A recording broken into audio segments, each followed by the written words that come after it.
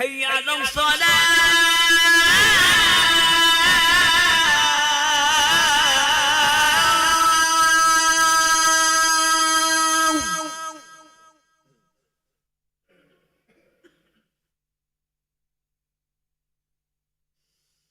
هيا على الصلاة.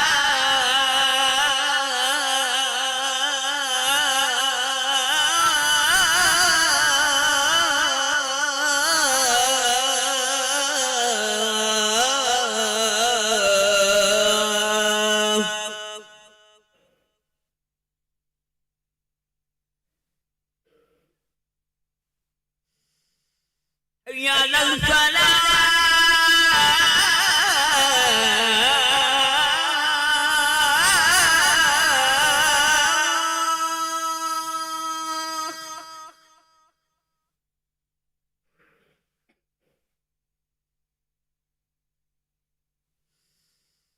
هيا على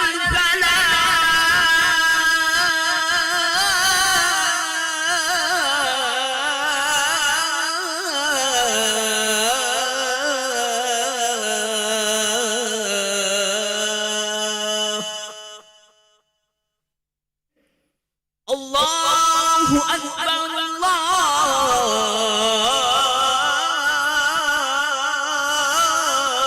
الله أكبر.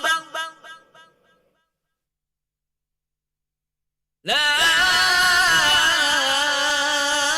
إله إلا الله.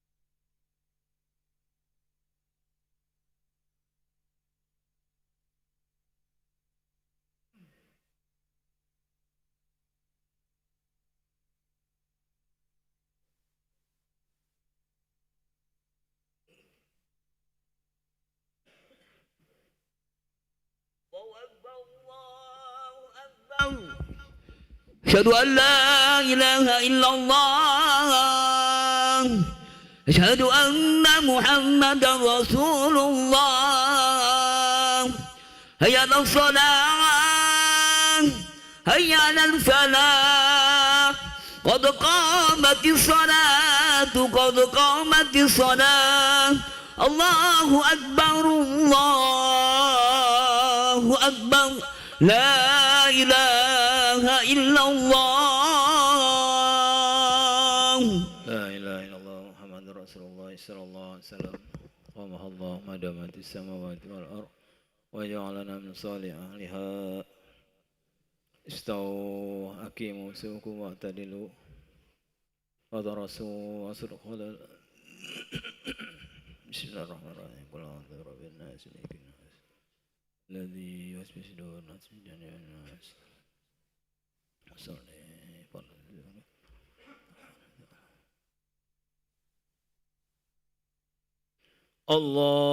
الله أكبر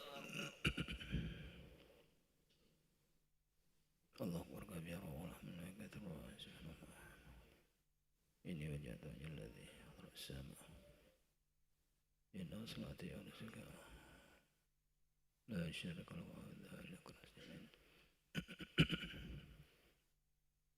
بسم الله الرحمن الرحيم الحمد لله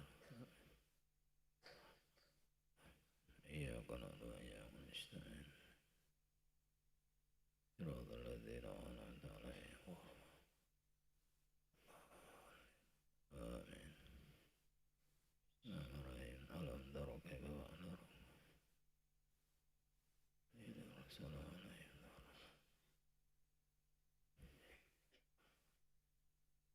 بسم الله الرحمن الرحيم لإله قريش فليعبدوا رب هذا البيت الذي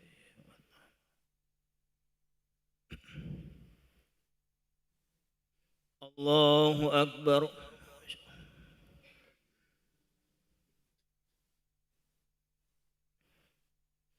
سمع الله لمن حمده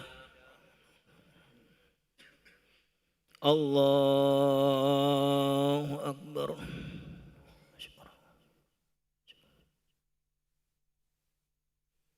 الله أكبر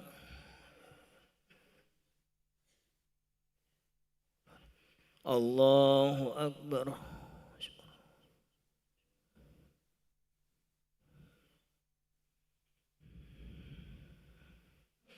الله أكبر بسم الله الرحمن الرحيم الحمد لله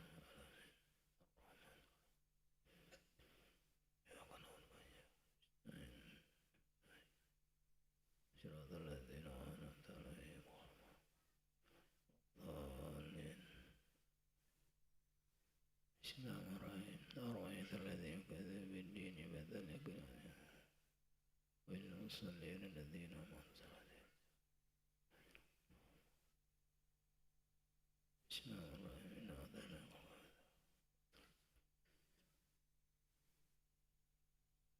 الله أكبر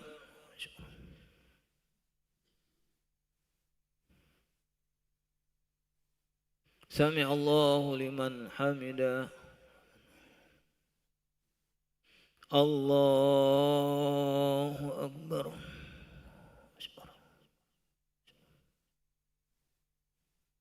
الله أكبر الله أكبر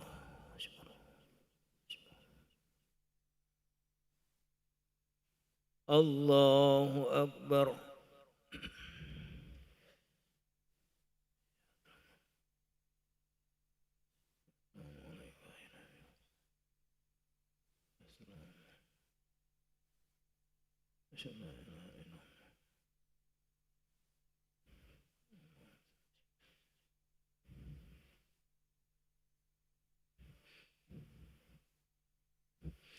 الله أكبر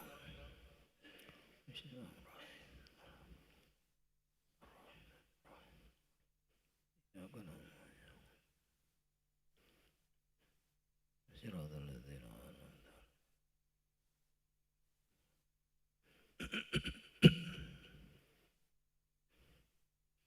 الله أكبر.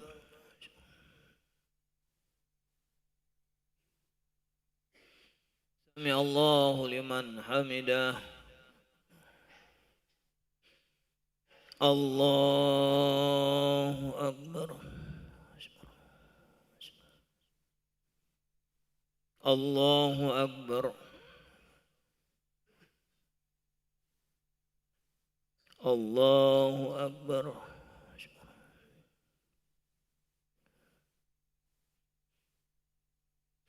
الله أكبر. بسم الله الرحمن الرحيم.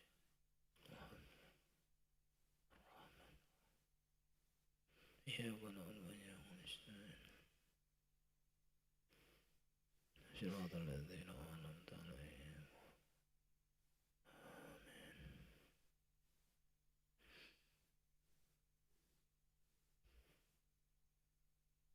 الله أكبر.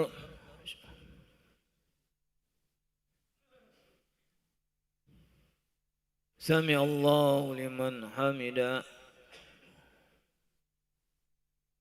الله أكبر.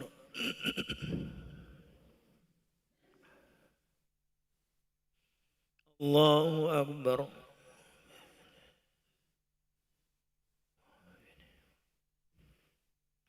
الله أكبر.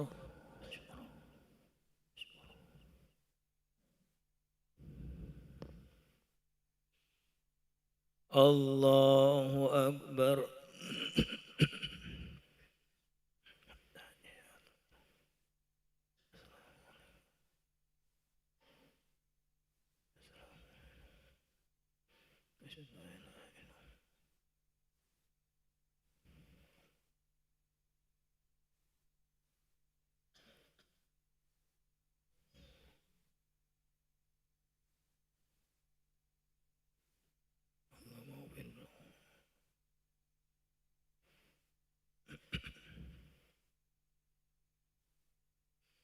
السلام عليكم ورحمة الله.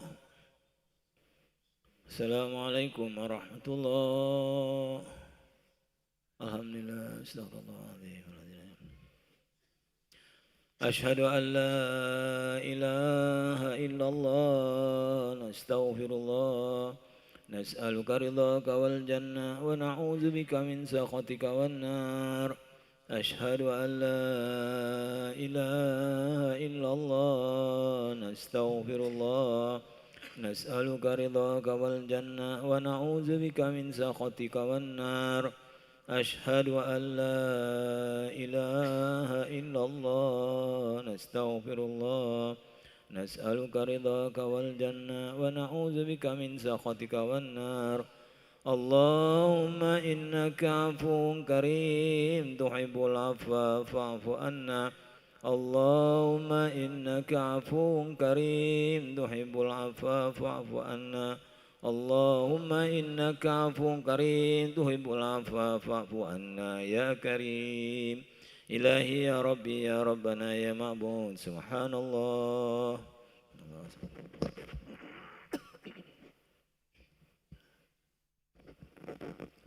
سبحان الله. سبحان الله. سبحان الله. سبحان الله. سبحان الله.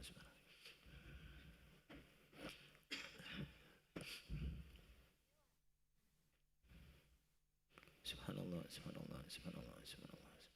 سبحان الله العظيم وبحمده الكريم دائما أبدا. الحمد لله. الحمد لله. الحمد لله. الحمد لله. الحمد لله. الحمد لله. الحمد لله. الحمد لله. الحمد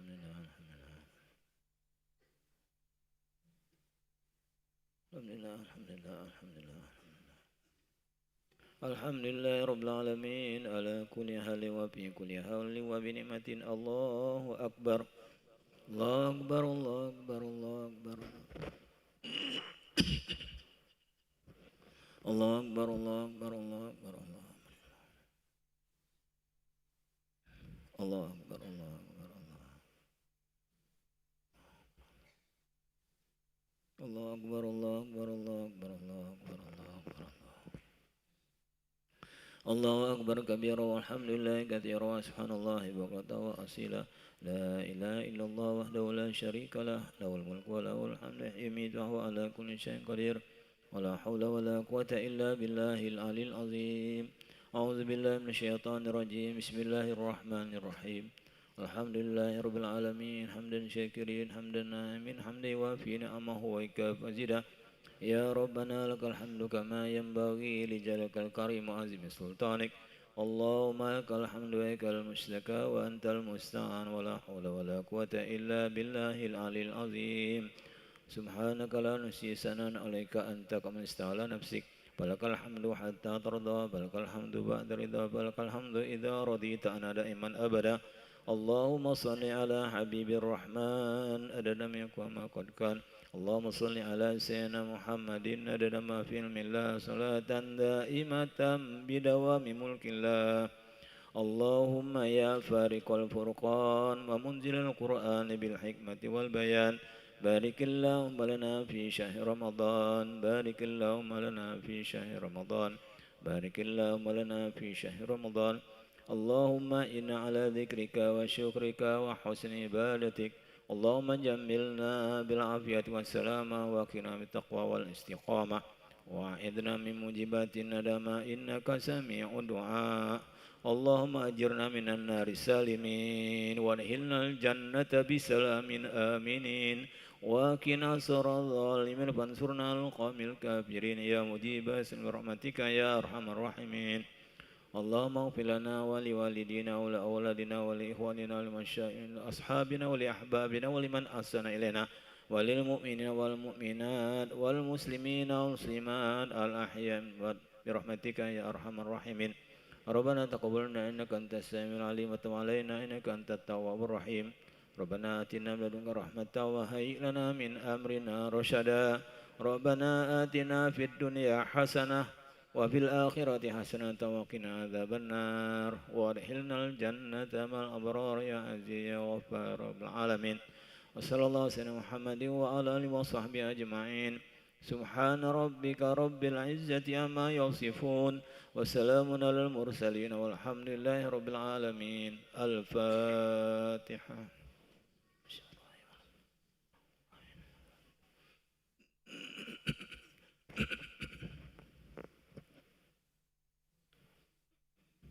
آمين آمين اغفر لنا ذنوبنا أجمعين دعواهم فيها سبحانك اللهم فيها سلام وآخر دعواهم أن الحمد لله رب العالمين.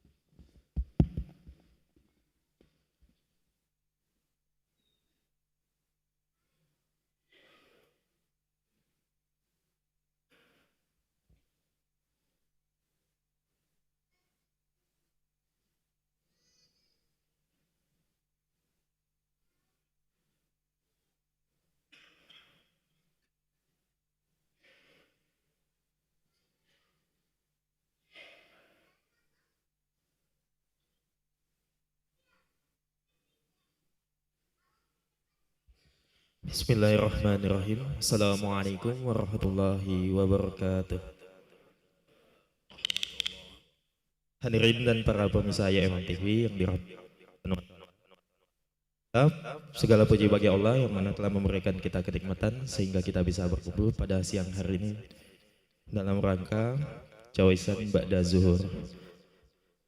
Alhamdulillah pada hari ini Ahad 22 Februari 2026 atau bertepatan dengan 4 Ramadan 1447 Hijriah telah hadir bersama kita Al-Mukarram Al-Ustadz Kemas Haji Andi Saripudin MAG yang akan menyampaikan ceramah dengan tema Jejak Masjid Kesultanan Palembang.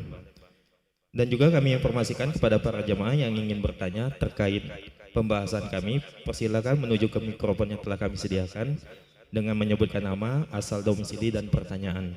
Sebelum memulai acara kita pada hari ini, marilah kita awali dengan membaca umul kitab Suratul Fatihah ala hazihiniyah wa ila hadratin Nabi Muhammadin sallallahu alaihi wasallam. Al-Fatihah.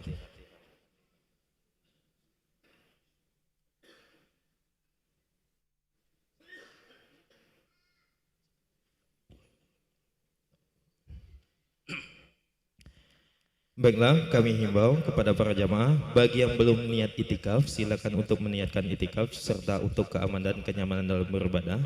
Barang berharga bawaan jamaah silakan dijaga sendiri atau dititipkan pada tempat yang telah kami sediakan. Baiklah, hadirin dan pemirsa YMM TV dimanapun Anda berada, selanjutnya marilah bersama-sama kita dengarkan ceramah agama yang akan disampaikan oleh Al-Mukarram Al-Ustadz Kemas Haji Andi Saripudin MAG. Kepada Ustadz kami persilakan. Sallu ala Nabi Muhammad.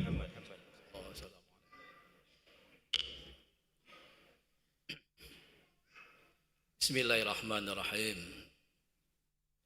Assalamualaikum warahmatullahi wabarakatuh. Alhamdulillah.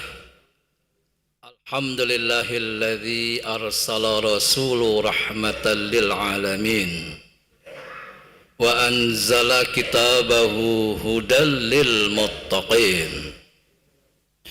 Asyhadu an la ilaha illallah wahdahu la syarika lah wa asyhadu anna sayyidana wa nabiyyana Muhammadan abduhu wa rasuluh. Allahumma salli wa sallim wa barik ala sayyidina Muhammadin sayyidil mursalin wa ala alihi wa sahbihi ajma'in. A'udzu billahi minasyaitonir rajim. Innama ya'muru masajidallahi man amana billahi wal yawmil akhir wa aqamas salata wa ataz zakata wa lam yakhsha illallah wa asa ulaika ay yakunu minal muhtadin. Shadaqallahul azim. Yang kami muliakan para alim ulama, para kiai, para asatiz, hadirin jemaah salat zuhur Masjid Sultan Mahmud Badruddin, para pemirsa dimanapun berada. Alhamdulillah, pada saat ini kita telah berada memasuki bulan suci Ramadan, hari yang keempat, di mana kita ketahui bahwa Ramadan ini tidaknya itu dibagi dari tiga bagian, tiga fase. 10 hari pertama itu rahmat, Ramadan, awaluhu rahmat, wa awsatuhu maghfirah, wa akhiruhu itqun minan nar. Jadi puasa ini 10 hari yang pertama itu Allah mencurahkan,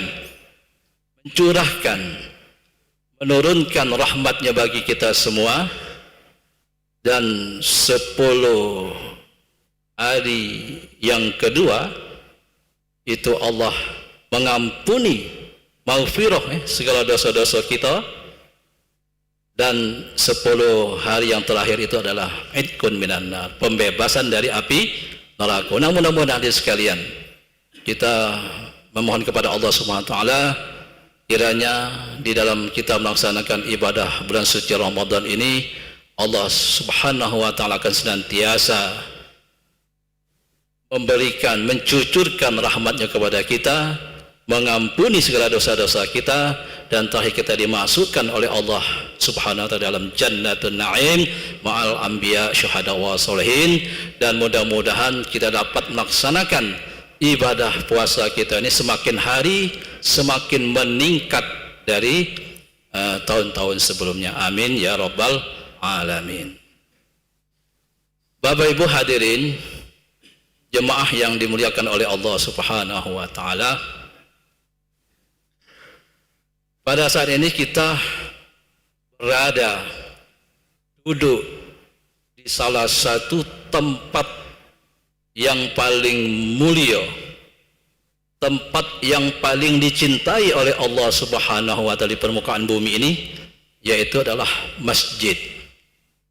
Jadi masjid yang kita duduk ini sekarang ini, hadirin sekalian, ini adalah salah satu masjid yang bersejarah, peninggalan dari Kesultanan Palembang Darussalam. Nah, oleh karena itu hadirin sekalian, dalam kesempatan ini kita akan bercerita tentang jejak bersejarah masjid peninggalan dari Kerajaan Islam Palembang atau Kesultanan Palembang Darussalam. Paling tidak Bapak Ibu hadirin sekalian, masjid yang ada di Kesultanan Palembang peninggalannya itu paling tidak ada 3 masjid. Ada masjid yang tua, yang paling tua, ada masjid lama, ada masjid yang baru yang sekarang ini dikenal dengan Masjid Agung. Nah, di masa awal hadirin sekalian, di masa awal di abad ke-16, tepatnya pada tahun 1550-an, itu Palembang di bawah pemerintahan Kiai Gede Ing Suro dan para alim ulamanya pada saat itu. Nah, beliau ini adalah zuriat atau keturunan dari Raden Patah, Kesultanan Demak. Yang Raden Patah ini hadirin sekalian adalah lahir dan dibesarkan di Palembang pada waktu itu di abad ke-15 ya. Nah, Raden Patah ini lahir di Kepulauan Seribu, di tepian Sungai Ogan. Kepulauan Seribu masih ada sekarang ada. Nah, disitulah Raden Patah lahir dan beliau tinggal di Istana Aryodillah, itu dikenal dengan Candi Laras pada saat itu. Nah, kemudian Kiai Gede Ing Suro ini tadi, kemudian mereka mendirikan keraton Palembang, kerajaan Palembang pada saat itu, bersama rombongan dan para alim ulama. Beliau membangun keraton yang lokasinya di wilayah Candi Laras tadi, yang kalau dulu dikenal dengan Palembang Lamo. Palembang Lamo ini termasuk wilayah 1 ilir kalau sekarang ini. Nah, disitulah Kiai Gede Ing Suro mendirikan keraton itu namanya Keraton Kuto Gawang, dan sebuah masjid menjadi simbol agama kita, simbol Islam, yaitu membangun sebuah masjid, yaitu dikenal dengan Masjid Kuto Gawang. Nah, masjid ini dan keraton ini bertahan sampai kira-kira 100 tahun hadirin sekalian, 1 abad. Karena nanti pada tahun 1659 kemudian kerajaan Palembang ini bertempur melawan POC Belanda pada saat itu, sehingga mengakibatkan keraton dan masjid pada waktu itu terbakar, habis, hangus, terbakar, hangus dengan tanah, rata dengan tanah. Nah, itu dari penguasa yang terakhir adalah Pangeran Sidoing Rejek. Pangeran Sidoing Rejek ini penguasa terakhir di kerajaan Palembang pada saat itu. Kemudian beliau ini mengungsi menghijrah ke Ogan Ilir. Kalau sekarang ini di Sakotigo. Nah, di Sakotigo. Disitulah beliau wafat, dan makam beliau berada di Sakotigo. Nah, kemudian tampuk kepemimpinan kerajaan Palembang ini diserahkan kepada adik beliau. Adik beliau yaitu Sultan Abdurrahman. Hadirin sekalian. Sejak peristiwa pertempuran tahun 1659 melawan POC Belanda, Palembang tidak mempunyai keraton lagi, tidak mempunyai masjid lagi. Nah, oleh karena itu, atas inisiatif daripada Sultan Abdurrahman, kemudian beliau mendirikan sebuah masjid lagi, dan keraton juga dipindahkan agak arah ke hulu sini. Itulah sekarang kita kenal dengan komplek kawasan Beringin Janggut antara 16 Ilir dengan 17 Ilir sekarang. Disitulah beliau mendirikan keraton Beringin Janggut pada tahun 1660, dan selesai pada tahun 1666, dan masjid dibangun di situ. Kemudian beliau memproklamirkan kerajaan Palembang ini menjadi Kesultanan Palembang Darussalam, dan beliau menjadi sultan yang pertama di Palembang pada tahun 1666.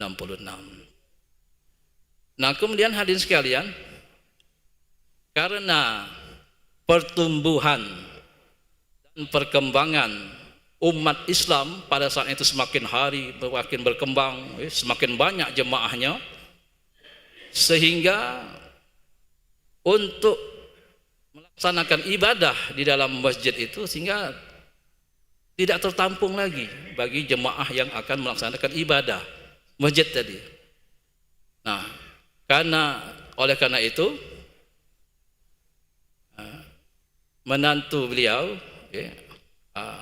cucu. Jadi dari Sultan Abdurrahman, setelah beliau wafat pada tahun 1706 dan dimakamkan ke Candiwalang, kemudian diganti oleh anak beliau, yaitu Sultan Muhammad Mansur Jayo Inglago, yang makamnya ada di daerah Sindem situ, yaitu Kebon Gede, di Kebon Gede. Nah, situ makam Sultan Muhammad Mansur. Nah, setelah Sultan Muhammad Mansur wafat, maka diganti oleh adik beliau, yaitu Sultan Agung Komarudin. Nah, kemudian Sultan Agung ini juga sempat mendirikan keraton juga, namanya Keraton Kuto Cerancangan. Nah, namun Kuto Cerancangan ini tidak jadi dijadikan keraton, hingga beliau masih menempati keraton di Beringin Janggut. Nah, setelah Sultan Agung Komarudin wafat, maka digantikan oleh keponakannya sekaligus menantunya, yaitu Sultan Mahmud Badaruddin Jayokromo bin Sultan Muhammad Mansur. Jadi anak Sultan Muhammad Mansur. Nah, atas inisiatif dari Sultan Mahmud Badaruddin Jayokromo inilah kemudian beliau membangun keraton lagi, keraton baru. Keraton itulah diletak di lingkungan Sungai Tengkoru. Sungai Tengkoru ini Jalan Sudirman ini, Bapak Ibu sekalian. Sekarang kan sudah ditimbun nih. Kalau dulu itu namanya akses Sungai Tengkoru. Nah, disitulah Sultan Mahmud Badaruddin Jayokromo mendirikan keraton baru, keraton kecil, Kuto Kecil, atau dikenal juga dengan Keraton Tengkoru atau Kuto Batu. Sebab dibuat dari batu. Keraton-keraton yang sebelumnya itu terbuat dari kayu semua itu, hadirin sekalian. Nah, sejak Sultan Mahmud Badaruddin Jayabekromo, maka dibangunlah keraton Kuto Batu atau Kuto Tengkuru, dan mendirikan masjid baru. Masjid baru, itulah Masjid Agung yang sekarang ini. Jadi posisi Masjid Agung yang kita diam ini Bapak Ibu sekalian, dulunya berada persis di belakang keraton Kuto Batu. Dan Kuto Batu juga atau ingin Kuto Tengkuru ini sudah tidak ada lagi, karena sudah dirobohkan oleh Belanda dan diganti dengan rumah residen. Sekarang sudah menjadi museum, Museum Sultan Mahmud Badaruddin II. Jadi sejak adanya masjid yang baru, sehingga masjid yang lama tadi tinggal namanya baik, tinggal nama jalan sekarang. Jalan Masjid Lamo, di situ ada kan jalan Masjid Lamo. Sedangkan bangunnya tidak dekati lagi, tidak ada jejaknya lagi. Baik itu masjid yang ada di Kuto Gawang di Palembang Lamo, maupun masjid yang ada di Keraton Beringin Janggut daerah 16 Ilir, 17 Ilir, itu hilang jejaknya, hanya tinggal namanya saja. Sekarang menjadi nama Jalan Masjid Lamo sejak adanya masjid yang baru, yaitu Masjid Agung sekarang ini.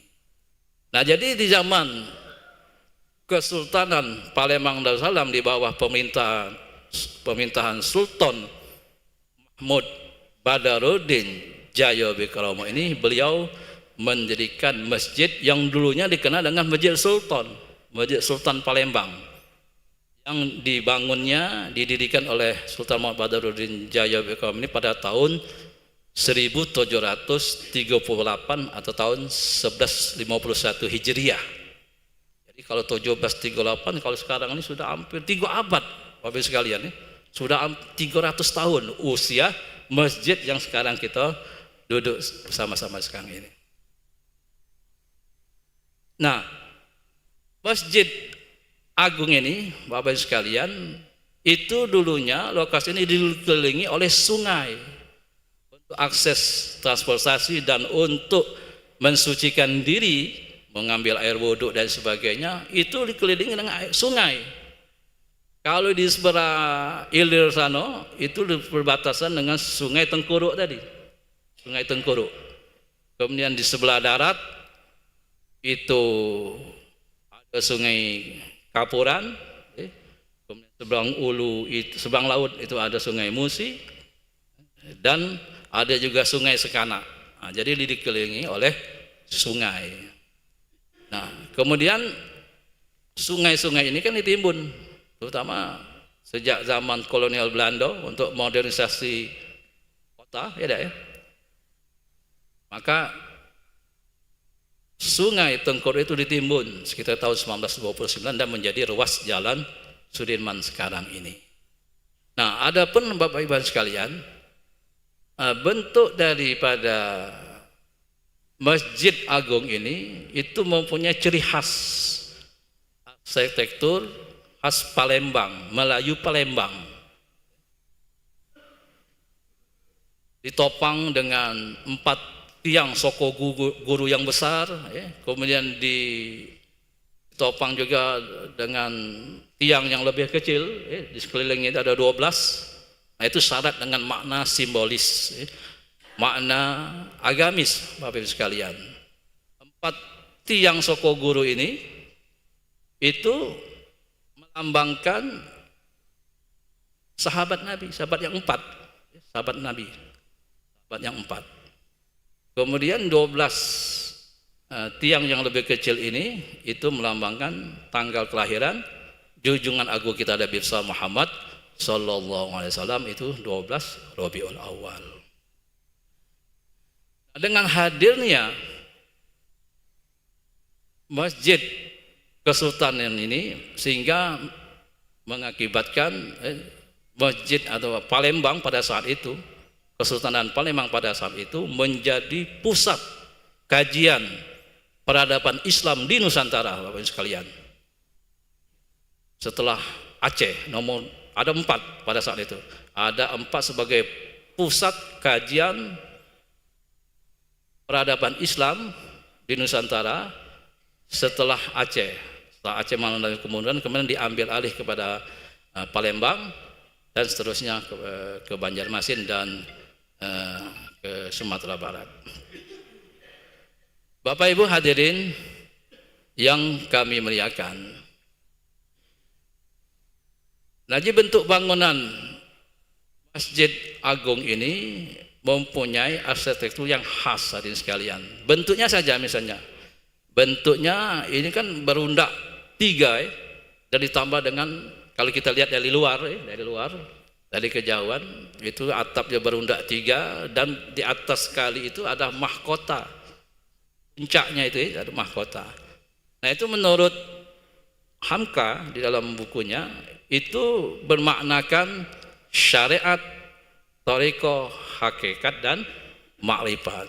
Jadi di tahun awal itu di atap yang pertama itu melambangkan syariat, ketaatan kita untuk melaksanakan syariat agama Islam di dalam masjid. Nah kemudian dari syariat berinjak ke thariqah atau tarekat. Thariqah ini adalah jalan kita untuk sampai, jalan kita untuk menuju zat yang wajib wal wujud, hakiki mutlak yang bernama Allah, untuk menyembah kepada Allah SWT. Nah dari thariqah kemudian kita naik lagi ke tingkat yang ketiga, yaitu hakikat. Hakikat kita untuk beribadah kepada Allah, dan sehingga dari hakikat itu mencapai puncaknya yaitu makrifat kepada Allah Subhanahu wa taala, mengenal kepada Allah Subhanahu wa taala. Nah, jadi ini hadirin sekalian, banyak sekali makna filosofi dari bangunan Masjid Agung ini, dan kita jengok juga hadirin sekalian bahwa bangunan ini dulunya arah kiblat itu sama persis dengan arah dinding masjid. Nah, kalau sekarang ini kan agak mencong dikit, agak miring ke kanan Nah, ini ada di zaman itu di tahun 1812 ada seorang ulama besar.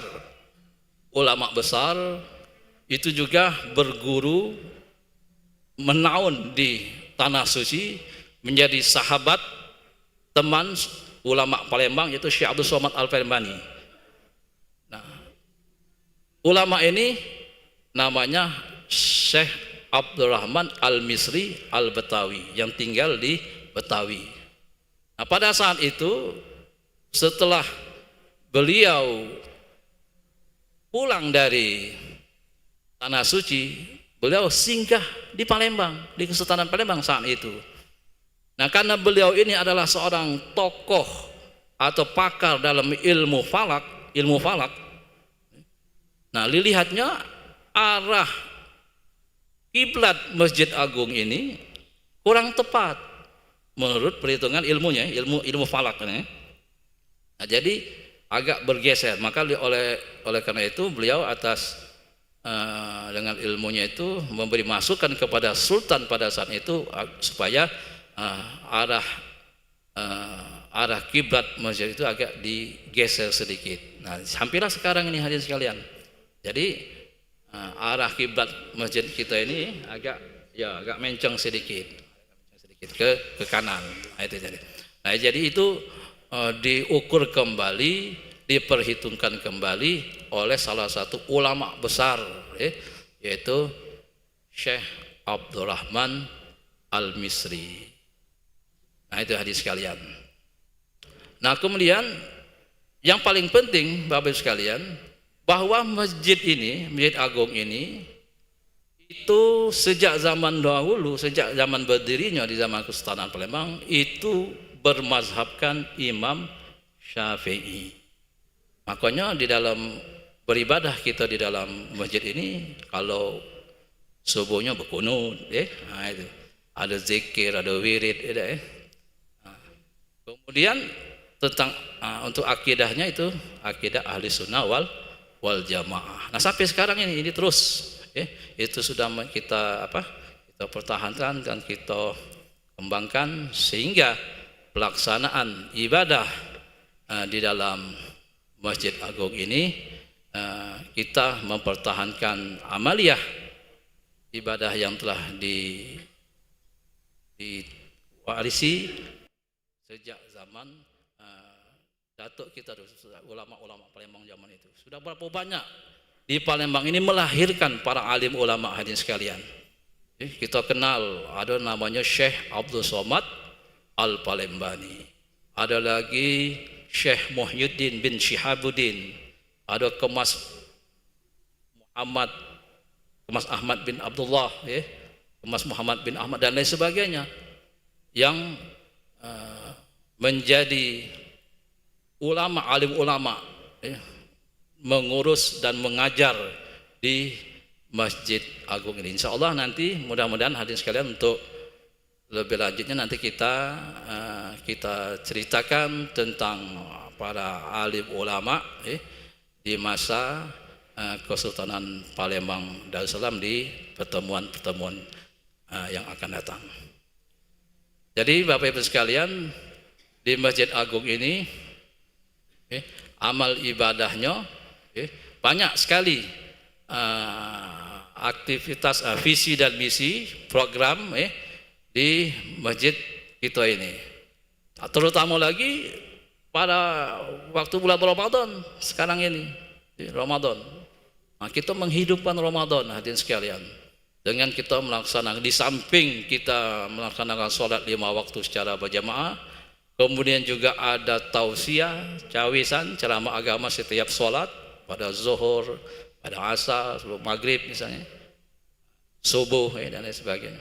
Nah, juga kita melaksanakan sholat sunat tarawih setiap malamnya.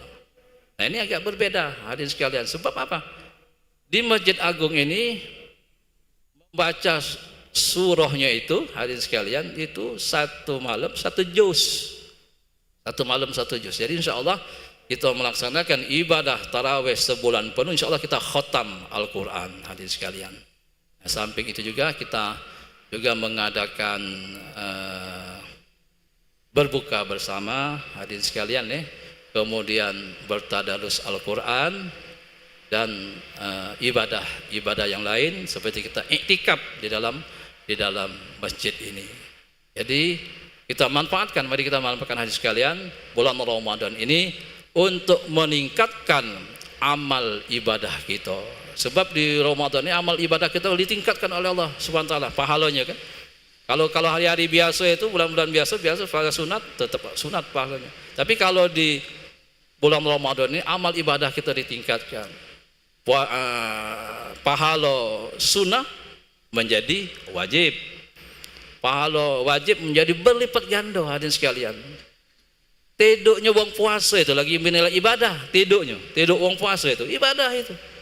Tapi jangan pula kayak uji ustaz mentang-mentang ibadah tidur itu ibadah, laju nak tidur terus misalnya dah mulai dari sahur makan, udah sembahyang subuh tidur sampai kelas zuhur lewat, asar ngelundung, nak maghrib kaget nak buka baru bangun, dah. Nah itu tak yes itu hadirin sekalian Nah, jadi marilah kita pergunakan kesempatan yang diberikan oleh Allah SWT berupa Ramadan yang diidam-idamkan bagi umat Islam, di mana kita sejak dari bulan Rajab tadi kita berdoa, hadirin sekalian, Allahumma barik lana fi Rajab wa Sya'ban wa ballighna Ramadan. Ya Allah, berkahilah kami di bulan Rajab, bulan Sya'ban, dan sampaikanlah kami kepada bulan suci Ramadan. Alhamdulillah hadirin sekalian, doa kita mudah-mudahan diijabah oleh Allah Subhanahu wa taala sehingga kita dapat menjumpai, kita dapat bertemu di bulan Ramadan pada tahun ini. Itu saja mungkin hadirin sekalian kami akhiri, wallahu muwaffiq ila aqwamit thoriq wal minkum. Wassalamualaikum warahmatullahi wabarakatuh. Baiklah, kami buka 2 sesi pertanyaan kepada para jamaah yang ingin bertanya. Silakan menuju ke mikrofon yang telah kami sediakan dengan menyebutkan nama dan asal, domisili serta pertanyaannya. Kepada para jamaah kami persilakan. Boleh Bapak? dengan menyebutkan nama, asal domisili dan pertanyaan Anda. Assalamualaikum warahmatullahi wabarakatuh. Waalaikumsalam. Saya namanya Nuri Wan di kelas. Saya tinggal di Dwi Kora, Ustaz. Pertama yang ingin saya tanyakan, Ustaz, apakah Ustadz lupa atau apa, atau mungkin saya kurang dengar? Kalau tidak salah Sultan Mahmud Badarudin itu juga pernah berperang lawan Belanda. Itu yang belum Ustadz ceritakan. Nah, itu pertama. Terus yang kedua mengenai apa kiblat. Tadi apa Syekh Abdurrahman Misi Betawi. Dia kan bilang apa agak miring sedikit itu kan sekitar tahun 1800 sekian dari kan Ustaz ya. Kebetulan kemarin saya ada baca di YouTube itu juga Muhammadiyah juga mengklaim dia itu mereka lah yang memulai kiblat itu agak miring sedikit ke sebelah kanan. Itu kalau tidak salah di situ disebutkan Kiai Ahmad Dahlan. Jadi mana yang lebih dulu, apakah emang Kiai Ahmad Dahlan atau Kiai Misri Al-Batawi tadi? Yang ketiga, Ustaz,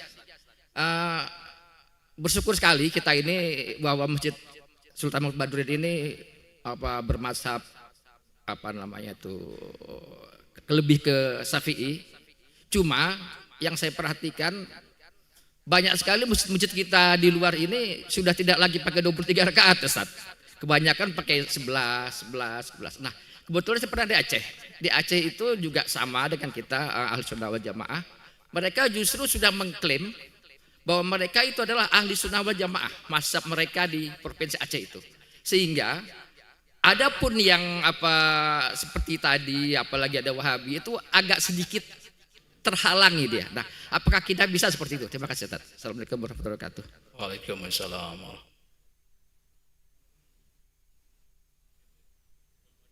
Siapa tadi Pak namanya Pak? Pak Nur Ikhwan. Langsung ya. Terima kasih Bapak Nur Ikhwan. Satu pertanyaan yang bagus ini ya, tentang sejarah. Jadi yang saya uraikan ini, saya ceritakan ini adalah berbasis naskah atau manuskrip, naskah tulisan tangan, naskah kuno ya. Nah, jadi di situ di naskah itu tercatat semua hadis Bapak Ibu sekalian ya, sejarah tentang penanggalan dan sebagainya, termasuk Sultan-Sultan Palembang. Jadi semalam kita ketahui bahwa Sultan Palembang ini silih berganti Bapak Ibu sekalian, berganti kepada anaknya terus sampailah Sultan yang terakhir itu Sultan Mahmud Badarudin yang kedua yang ada di Ternate. Jadi Sultan Mahmud Badarudin ada dua. Apa ya? Yang pertama Sultan Mahmud Badarudin Jayo Wikromo. Nah, itulah yang sekarang yang membangun Masjid Agung kita ini. Itu masanya beda itu. Itu di abad ke-18. Tepatnya beliau membangun masjid ini tahun 1738. Nah, sedangkan Sultan Mahmud Badarudin yang kedua yang kita kenal dengan pahlawan nasional itu Sultan itu cicitnya lagi, generasi yang keempat dari Sultan pendiri Masjid Agung ini. Beliau diasingkan ke Ternate itu pada tahun 1821. Nah, 1821. Jadi itu perlu kita bedakan Bapak ya. Jadi yang Sultan Mahmud Badarudin II yang pahlawan nasional ini berperang melawan Belanda, merebut Marwah atau Kesultanan Palembang Darussalam ini. Kemudian ternyata Kesultanan Palembang pada waktu itu mengalami kekalahan sehingga Sultan Mahmud Badarudin Raden Hasan atau SMB II itu diasingkan ke Ternate. Nah, atas perjuangan beliau lah, jasa-jasa beliau lah, kemudian pemerintah menganugerahkan kepada beliau itu pahlawan nasional. Itu yang kedua Pak. Yang kalau di keraton ini kan yang terakhir itu keraton Kota Besar itu atau benteng Kota Besar itu dibangun oleh ayahnya lagi itu Sultan Muhammad Bahauddin. Nah, jadi yang memang berjuang dan bertempur melawan kolonial Belanda pada saat itu adalah Sultan Mahmud Badruddin yang kedua ini. Itu yang pertama. Yang kedua, tentang arah kiblat. Arah kiblat ini juga yang terekam, yang tertulis di naskah Melayu atau manuskrip itu salah satunya yang peristiwa yang terjadi di masjid kita ini. Itu pada tahun 1812, Pak. Awal abad ke-19. Mungkin yang lain-lain itu mungkin baru itu. Nah, jadi Sultan di zaman Sultan Ahmad Najamuddin itu pada saat itu ya, didatangi oleh ulama seperguruan dari kawannya Syekh Abdul Somad Al-Palembani yang sama-sama belajar di Madinah, belajar kepada Syekh Muhammad Saman Al-Madani. Makanya di Palembang itu dikenal dengan wiridnya itu wirid zikir Rotib Saman, karena guru besar daripada ulama-ulama Palembang itu adalah Syekh Muhammad Saman, yang banyak sekali murid-muridnya di Nusantara, bahkan di Palembang itu ada Syekh Abdul Somad Al-Palembani. Nah, dari Syekh Abdul Somad Al-Palembani lah kemudian masuk dan berkembangnya zikir Rotib Saman tadi. Nah, jadi Pak Nur tadi, jadi perubahan arah kiblat ini memang sudah disetujui oleh Sultan pada waktu itu, pada tahun 1812. Karena Syekh Abdul Rahman itu adalah pakar di dalam ilmu falak. Hingga banyak sekali murid. Nah, itu juga selain di Palembang juga beliau ini meneri kiblat di Jawa, Masjid Jawa. Beliau ini adalah kakek dari Sayyid Usman. Sayyid Usman itu dikenal mufti Betawi ya. Nah, ini kakeknya itu, Sayyid Abdul Rahman, dari sebelah ibunya. Nah, itu. Jadi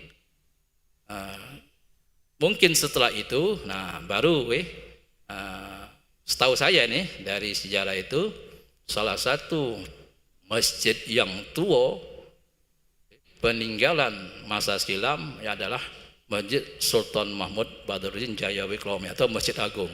Nah, nama Masjid Sultan ini diambil dari pendirinya kan, karena jasa-jasa beliau itu menghormati beliau selaku pendiri masjid ini, sehingga masjid ini diberi nama dengan Masjid Sultan Mahmud Badruddin Jaya Wikromo yang pada saat ini umurnya hampir 300 tahun yang lalu. 3 abad, Pak. Nah, tidak tahu yang uji Bapak tadi Muhammadiyah dan sebagainya kan baru itu ya, di awal abad 20 inilah, ya. Awal abad 21 malah, ya. Di awal abad 21. Ya, awal abad 21. Nah, kemudian yang ketiga tentang amaliyah misalnya. Nah, itulah di Masjid Agung ini jadi benteng pertahanan ahli sunnah wal jamaah, masih secara tradisional ya. Karena sudah termasuk di AIT itu Yayasan Masjid Agung Palembang, bahwa Masjid Agung ini peribadatannya berdasarkan mazhab Imam Syafi'i dan akidahnya ahli sunnah wal jamaah yang diamalkan oleh tua-tua kita pengen para alim ulama sejak berdirinya Masjid Agung ini 3 abad yang lalu. Itu saja mungkin. Nurin? Ya.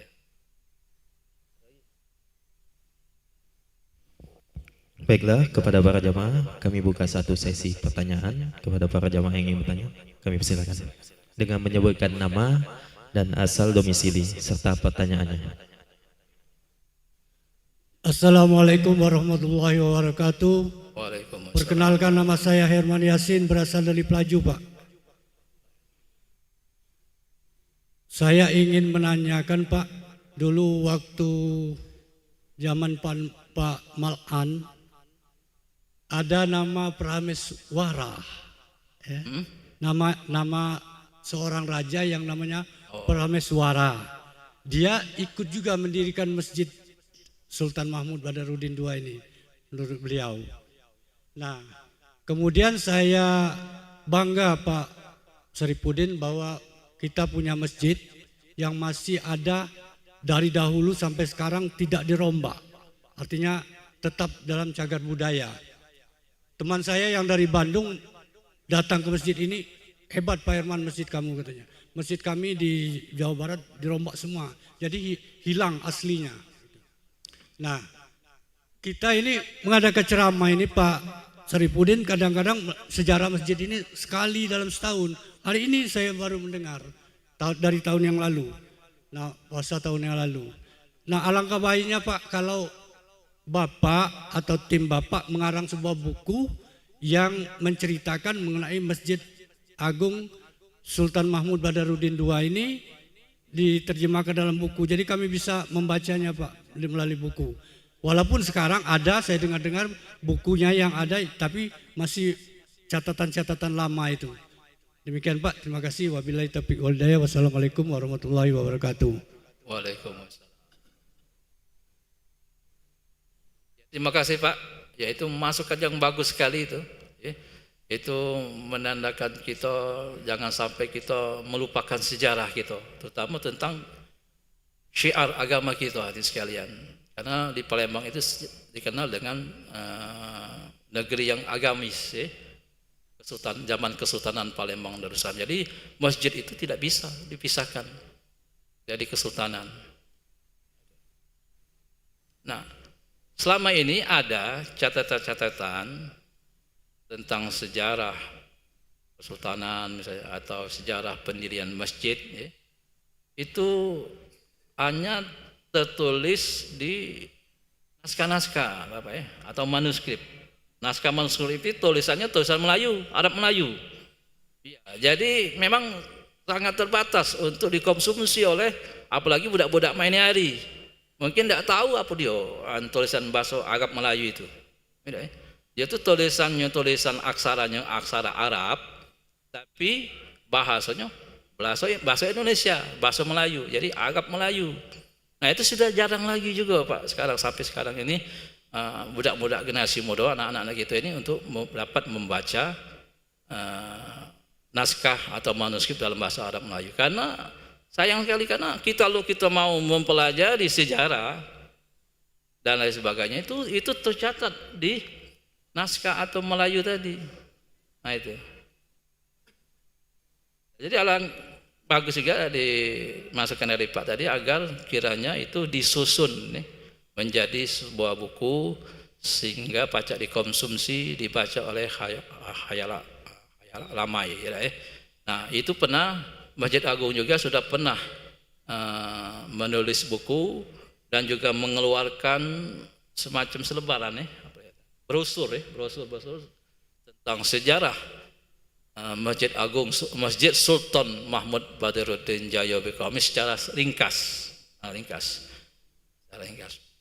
Jadi insya Allah Bapak, mungkin nanti kita susun sejarah masjid ini dengan menambahkan data-data terbaru misalnya kan, agar supaya apa? Supaya menjadi lengkap buku itu. Ada juga selama ini misalnya sudah ditulis oleh Pak Johanan Napia misal Pak, ada itu sejarah Masjid Agung, itu sudah lama, tapi bahkan mungkin stok bukunya itu sudah habis kali, tidak ada diproduksi lagi kan. Jadi memang agak susah kita mencari literatur tentang sejarah khususnya sejarah Palembang. Itu saja Bapak mungkin. Ya, sikap lagi. Baiklah Bapak yang di belakang dengan menyebutkan nama, asal domisili dan pertanyaannya. Assalamualaikum warahmatullahi wabarakatuh. Nama Waalaikumsalam. saya Rahmat, saya dari Pangkalan Balai Pak. Kebenaran mampir ke sini. Alhamdulillah hari ini ada ceramah yang agak bagus ya hari ini. Yang pertama Pak Ustadz, karena Pak Ustadz ini gelarnya MPDI dari bidang pendidikan kayaknya ya. Kalau maaf kalau salah. Alangkah baiknya sesuatu yang kita sampaikan ini buat generasi-generasi muda kita Pak. Terus terang, kalau kita menggali sejarah kita di Sumatera Selatan ini, kita kalah dengan di Jawa. Apakah tokohnya tidak ada apakah memang dalam penulisan kita kurang? Terus terang generasi-generasi sekarang ini kalau lihat sejarah berdirinya ini kerajaan ini, kita hanya cerita, tidak ada bekas-bekasnya. Tadi cerita tentang masjid, semuanya sudah musnah, hanya yang ini yang masih asli. Nah sekarang ini Pak, dunia digital, kemarin saya lihat itu ada di AI, generasi muda menanyakan melalui chat GPT. Nah apakah ini bisa dipertanggungjawabkan? Karena dia generasi muda bisa hidup di zaman sejarah lama. Nah mohon kalau bisa jangan kita salah ketik. Kalau kita chat GPT zaman sekarang ini, buatkan sejarah misalnya Masjid Agung, itu keluar semua. Nah apakah ini tidak bisa dikendalikan apabila supaya tidak pemuda-pemuda kita ini, generasi kita tidak salah kaprah. Jadi mohon selaku Ustadz, alangkah baiknya ini dilanjutkan supaya generasi muda ini tahu sejarahnya. Jangan tahu sejarah orang, tapi sejarah kita, daerah kita sendiri kadang ketinggalan. Apalagi terus terang, kalau kita wisata religius kita ini, itu kayaknya tidak seperti religius di Jawa. Bukan saya membanding, maaf ya. Rasanya seolah-olah ada yang hilang, seolah hanya dibuat-buat. Ini. Ya, yang terkenal di sini Masjid Agung, Al-Quran besar, tapi di museum itu kosong. Yang dilihat hanya batu, makanya generasi itu kalau dia ke sana sepi. Mungkin ini masukan Pak, mohon masukannya. Alangkah baiknya sejarah-sejarah ini kita gali lagi, atau dibuat YouTube, atau dibuat buku, agar generasi penerus kita sama-sama tahu. Itu saja saran kami. Assalamualaikum warahmatullahi wabarakatuh. Waalaikumsalam warahmatullahi wabarakatuh. Makasih Pak Ahmad nih. Jadi keprihatinan Pak Ahmad ini sama juga keprihatinan kita galau di sini. Kita tidak pacak mengkata kemajuan teknologi sekarang ini kan. Apalagi sekarang udah canggih di HP kita ni, ada galau ini. Anak muka apa ada galau ini. AI, nak benar-benar kita menyaring informasi dan ilmu pengetahuan yang bersumber dari medsos. Nah, ini paling tidak ini kita menggali seperti khazanah karya-karya ulama. Nah, dengan hadirnya Masjid Agung ini menambah kecintaan kita kan kepada Masjid Agung. Kalau kita bercerita tentang sejarahnya dan para ulama-ulamanya, itu menambahkan ghairah, kecintaan kita. Nah, di antaranya ulama-ulama zaman dulu itu mengarang kitab-kitab, Bapak Ibu sekalian, mengarang kitab karya-karya beliau itu yang ditulis dalam aksara Arab Melayu tadi. Nah, tentunya naskah-naskah atau karya ulama-ulama apalagi itu sangat bermanfaat bagi kita. Nah, oleh karena itu perlu kita aplikasikan, kemudian kita perkenalkan terutama bagi generasi muda. Contohnya apa ya, di Masjid Agung ini kan biasanya kalau kita sudah habis sholat, misalnya sholat maghrib, habis sholat subuh, ada wirid Pak, wirid panjang, ada ya latifnya panjang itu wirid kan. Nah, kita kadang-kadang kita bertanya, dari mana sumbernya bacaan ini, wirid ini, dari mana sumbernya? Apa ngado-ngado, agak bid'ah pula dikata gua nggak? Nah ternyata kalau kita memperhatikan kitab karya-karya ulama-ulama itu disebutkan semua oleh para mereka itu untuk memberi informasi dalil-dalilnya kepada kita ini. Nah, wirid setelah sholat itu 5 waktu itu ada di dalam kitab Hidayatus Salikin yang ditulis oleh Syekh Abdul Somad Al-Palembani hampir 250 tahun yang lalu itu. Kitab Hidayatus Salikin. Nah, itu ada wirid yang latif. Jadi kalau Bapak Ibu pengen tahu dari mana sumber wirid daripada wirid setelah sholat itu, nah ini di kitab Hidayatus Salikin karangan Syekh Abdul Somad Al-Palembani dan ulama-ulama yang lain juga. Nah, itu. Karena keterbatasan kita, karena kitab ini kan ditulis melalui agama Melayu, jadi agak kesulitan kita, apalagi yang budak-budak baru ini hari anak-anak cucu kita. Oh dia ini apa dia ini? Bahasa Arab. Katanya bahasa Arab, oh ini apa? Bahasa Arab ini. Ngaji belum tamat, Iqra 6 misalnya deh. Nah, susah. Nah, jadi perlu kita lestarikan itu dengan kita menterjemahkan, kita mentransliterasi naskah-naskah kuno dan kita publikasikan ke medsos. Salah satunya tadi di Google misalnya, di internet atau di Facebook sekarang ini. Nah, karena informasi-informasi yang pernah diposting di dalam Facebook itu nanti yang keluar nanti data-data itu. Kalau ditanya AI itu sebetulnya yang ditanya itu yang sudah pernah masuk direkam oleh HP kita ini. Nah, jadi kita, nah inilah menjadi tugas kita untuk apa? Untuk kita memberikan informasi pengetahuan setidaknya mendekati kebenaran. Misalnya jadi kan sejarah masjid kan selama ini banyak macam ini. Nah kita ini berdasarkan sejarah yang kita kutip dari naskah tulisan tangan atau manuskrip kuno. Nah itu tentunya itu kan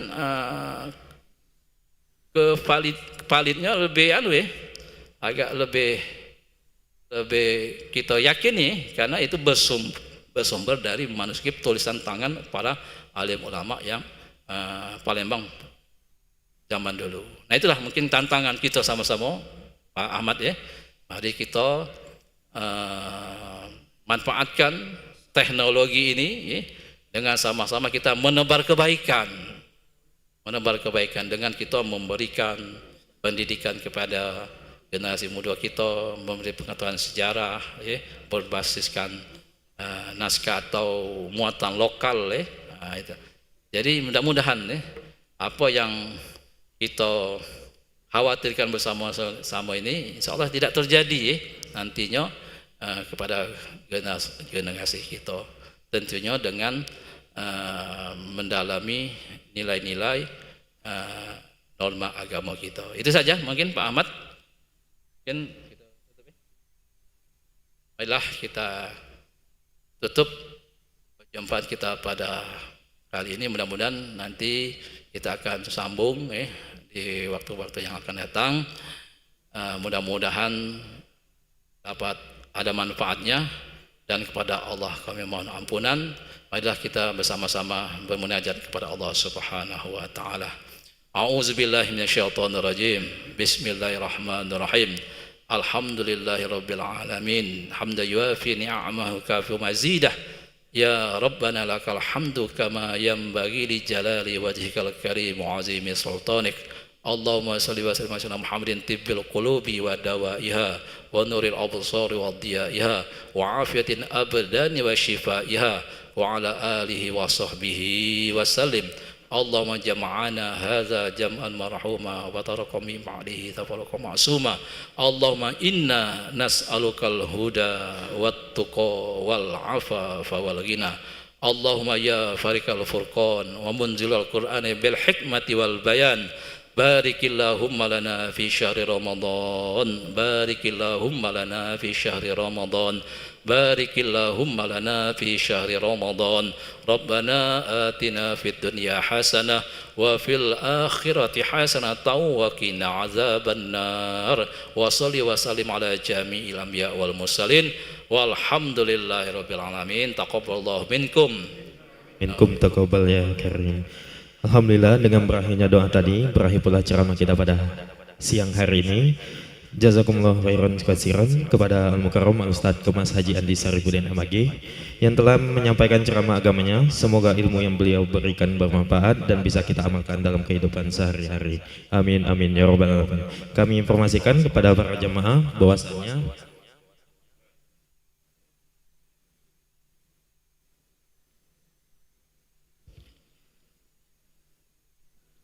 akan ada ceramah